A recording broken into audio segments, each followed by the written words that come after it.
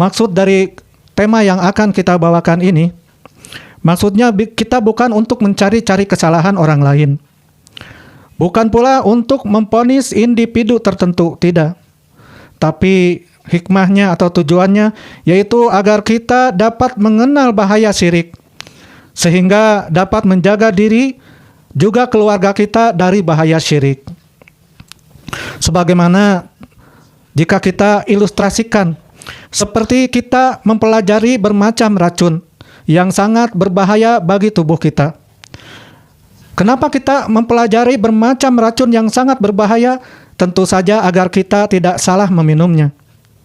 Demikian pula jika seorang muslim dia mempelajari tentang syirik, tentu saja agar kita tidak sampai terjatuh ke dalam perbuatan syirik. Mengapa syirik menjadi pembahasan yang paling penting? Maka jemaah perhatikanlah, Allah Subhanahu wa taala berfirman, "Wa ma khalaqtul jinna wal insa illa liya'budun."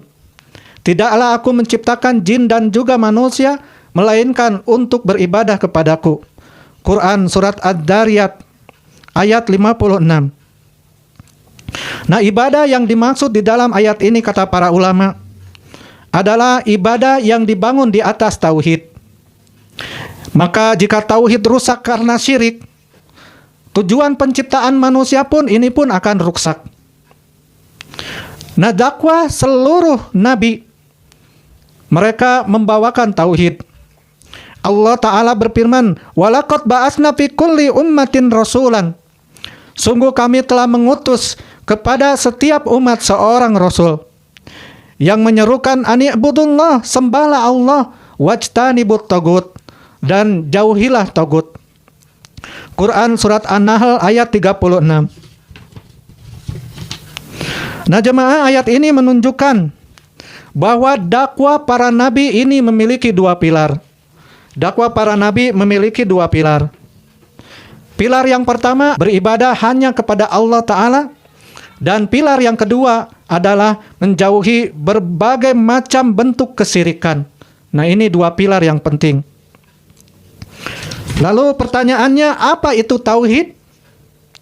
Maka jawabannya secara lughah atau bahasa, at-tauhidu bima'nal ifrad. Secara bahasa, tauhid artinya mengesakan. Wa syar'an, dan secara istilah, at-tauhidu huwa ifradullah. Tauhid adalah mengesakan Allah. Bijami anwa'il ibadah, dalam seluruh bentuk ibadah. Wal i'tiqadu bi annallaha wahdahu huwa rabb, dan meyakini bahwa hanya Allah satu-satunya Rabb. Wa huwa mustahiqu lil ibadati wahdah. Allah dialah satu-satunya zat yang berhak untuk disembah. Wa annallahul asma'i was sifatil kamaliyah, serta memiliki nama-nama dan juga sifat-sifat yang sempurna. Nah, inilah makna tauhid, baik secara lughah atau bahasa maupun secara istilah atau syariat. Dan sebagaimana yang sering kami sampaikan, bahwasanya tauhid itu para ulama membaginya menjadi tiga, yaitu tauhid rububiyah, tauhid uluhiyah, dan tauhid asma wa sifat, yang sudah kami jelaskan secara terperinci dari ketiga tauhid tersebut. Adapun jemaah, fokus kita pada kajian malam hari ini, fokus kita pada kajian malam hari ini adalah untuk membahas tauhid uluhiyah atau tauhid ibadah. Maka pada malam hari ini kita akan membahas tentang syirik. Pertanyaannya, apa itu syirik?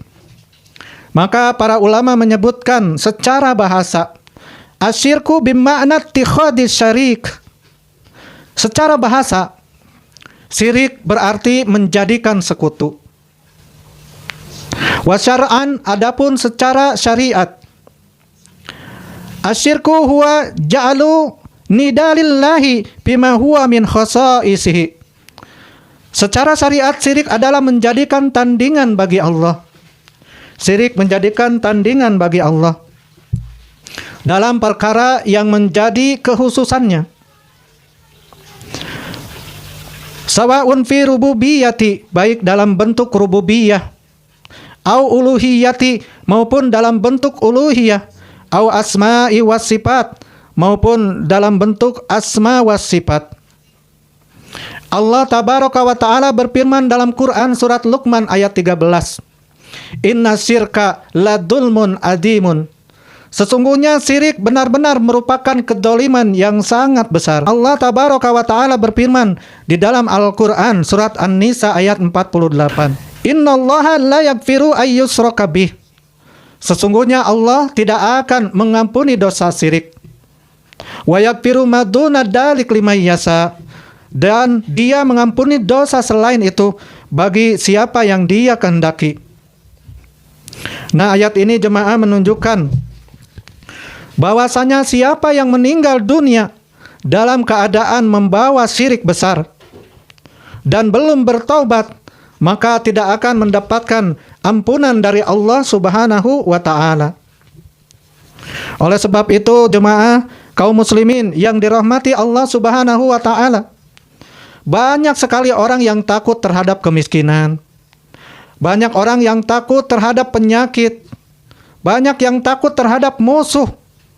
Namun sebagai seorang muslim, hendaknya kita pun takut, yaitu takut terhadap perbuatan syirik yang merupakan dosa besar di sisi Allah Subhanahu wa ta'ala yang dapat menggugurkan seluruh amal.